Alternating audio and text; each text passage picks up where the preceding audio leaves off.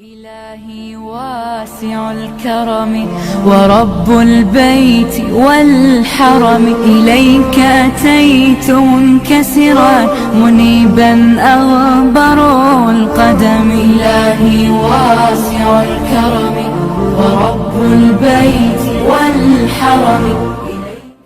السلام علیکم ورحمت الله وبرکاتو.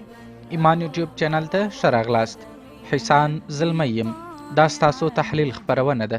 په دې خپرونه کې مو په ټولنیزو رسنیو کې د اکثر استفاده شوي هشټاګ په اړوند د ټولنیزو رسنیو د فعالانو نظرونه او اندونه راخیستي.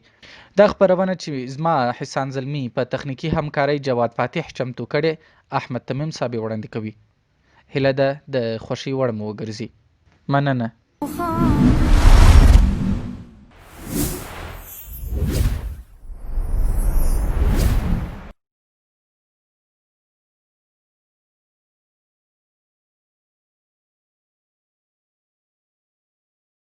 سوله‌ضد عناصر په ټولنیزو رسنیو کې د اونۍ د بحث موضوع ده. داسې مهال چې د طالبانو او امریکا ترمنځ لاسلیک شوي تړون په افغانستان کې له 40 کلنۍ غمیزې وروسته د رښتینې سولې او ثبات د تأمین لپاره یو نایابه فرصت رامنځته کړی. د هیواد دننه او د باندې یو شمېر مخربي کړی چې ګټې یې په جګړه کې نغښتي د دې فرصت د ضایع کولو په لټه کې دي او هڅه کوي چې دا جګړه نور هم اوږده او د افغانانو په وینو چلیدونکی ماشین د یوې اوږدې مودې لپاره نور هم وچلیږي. د وطن ویښ او اسلام پال ځوانان چې روان سیاسي حالت په دقیق ډول څاري، د وضعیت د حساسیت د ژور درک په اساس یې د سوله‌ضد عناصرو تر هشټاګ لاندې د ټولنیزو رسنیو پر مخ لیکنې کړي دي او تر خپله وسه یې هڅه کړې چې د سولې په مقابل کې د ولاړو دې ډول خبیثو کړیو په رسوا کولو سره د خپل قلم حق ادا کړي. موږ په دې موخه چې د دې فعالانو او د وطن په درد د خوږمنو ځوانانو له ستړیاو قدرداني وکړو، د هغوی لیکنې د یوه راپور په بڼه ترتیب کړي چې ستاسو درانه حضور ته یې وړاندې کوو.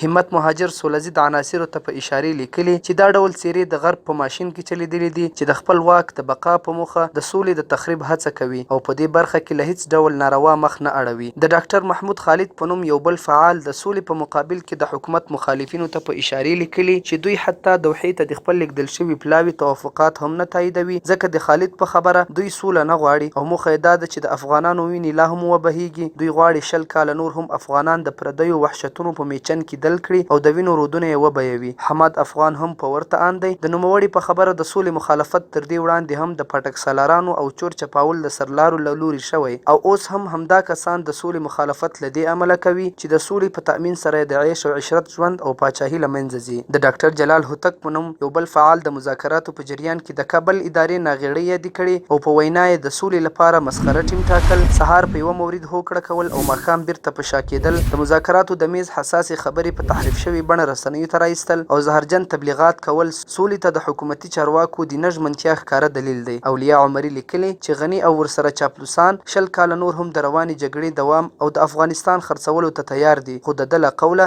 هغوی هیڅکله هم دې ته نه تیاریږي چې په هیواد کې د اسلامي نظام قایم شي. د ټولنیزو رسنیو یو بل فعال سید طاهر اغا د هیواد په ځینو برخو کې پیچلو او پر عامه اهدافو ترسره کېدونکي بریدونو ته په اشارې ویلي چې سوله‌ضد کړۍ په دې سره غواړي د بهرنیانو شتون ته لاره هواره کړي، خو د بهرنیانو په شتون کې بیا سوله کله هم راتلی نشي. د عبدالمالک په نوم یو بل فعال د کابل ادارې د چارواکو سابقې ته په اشارې سره لیکلي چې هغوی له پیله د سولې مخالفین وو، ځکه د ده له قوله که په هیواد کې یې جګړه نه غوښتی نو د نړۍ د لسګونو هیوادونو یرغل یې دې هیواد ته د څه لپاره راوستلو. د ملنګ طالب په وینا که چیرې سوله وشي هیواد به پر امنیتي، سیاسي، اقتصادي او ښوونیزه برخه کې پرمختګ وکړي او د کابل ادارې چارواکي له همدې امله سوله نه غواړي چې لسیزې کېږي د هیواد په امنیت، سیاست، اقتصاد او ښوونیزو سکتورونو باندې تجارتونه کوي. مصباح منګل بیا ملت ته وړاندیز کوي چې د تش په نامه سوله غوښتونکو په فریبونو پوه شي، ځکه د ده په وینا هغوی سوله نه غواړي او زړونه یې لا هم په فحاشۍ، ظلم او خیانت باندې یخ شوي نه دي.